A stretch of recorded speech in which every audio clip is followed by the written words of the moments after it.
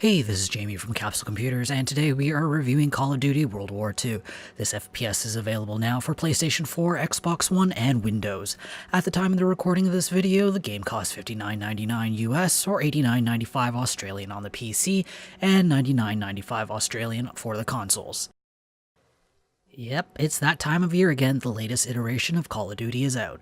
This year is bringing us back to World War II, where the series all started.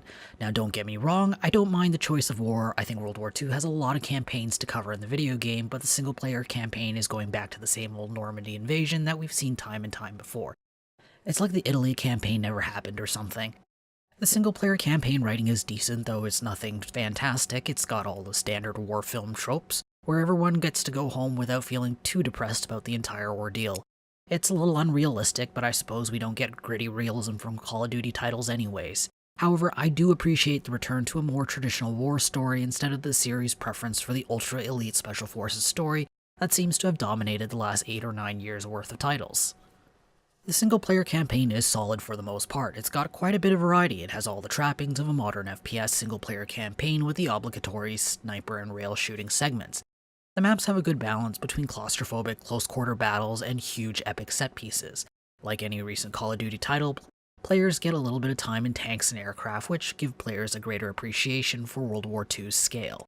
The aircraft section is well-tuned for players who've never played a fight sim, so as long as you can avoid crashing, you can probably make it through.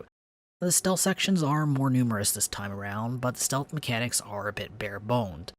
I really like the beginning of the Liberation mission, as it requires a little more brainpower than the standard Call of Duty mission. We've gone back to the no-health regeneration of Call of Duty 1, though now players can hold up to 4 medkits and grab more from the ground or use their teammates' squad ability.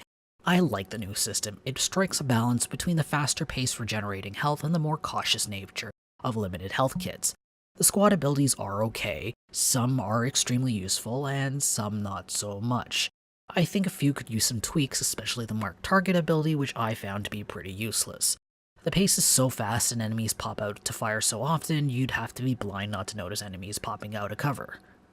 Multiplayer is a throwback to the days without jetpacks and all that fancy technology.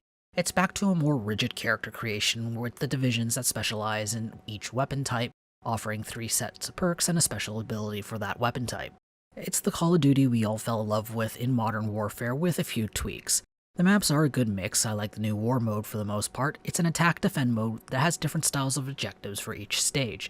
I think it's way more interesting than the usual Call of Duty standard modes. The only problem is that Operation Neptune's first stage needs a bit of balancing. I mean, a lot of balancing, actually.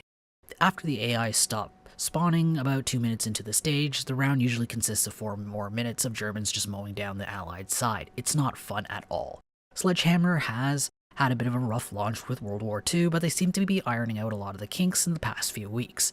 Zombies is back, though is right now only one really big multiplayer map at the moment. They did add a single-player tutorial, which I appreciate a lot. The PC controls are good for the most part. The infantry controls are as sharp as ever, but the mouse controls for the quick-time events and vehicles are completely off. The sensitivity feels like a small fraction of the infantry setting, meaning I've got to practically throw the mouse halfway across the desk to do a quick-time event.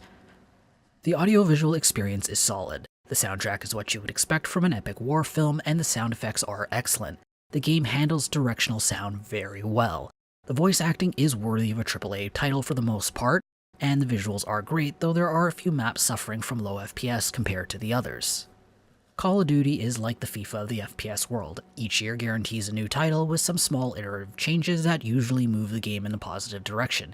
It's a consistency that can be a little dull compared to the big splashy changes, but there's also something reassuring in its steady nature. Call of Duty World War II makes all the right moves to bring back the old Modern Warfare style gameplay to a new generation of consoles. I'm giving the game 8 capsules out of 10. If you want to read our full review, be sure to check out the link in the description or in the video's card. I hope to see you soon. This is Jamie from Capsule Computers, signing off. Hey YouTube, if you enjoyed this video, be sure to like it and subscribe to Capsule Computers for more awesome videos.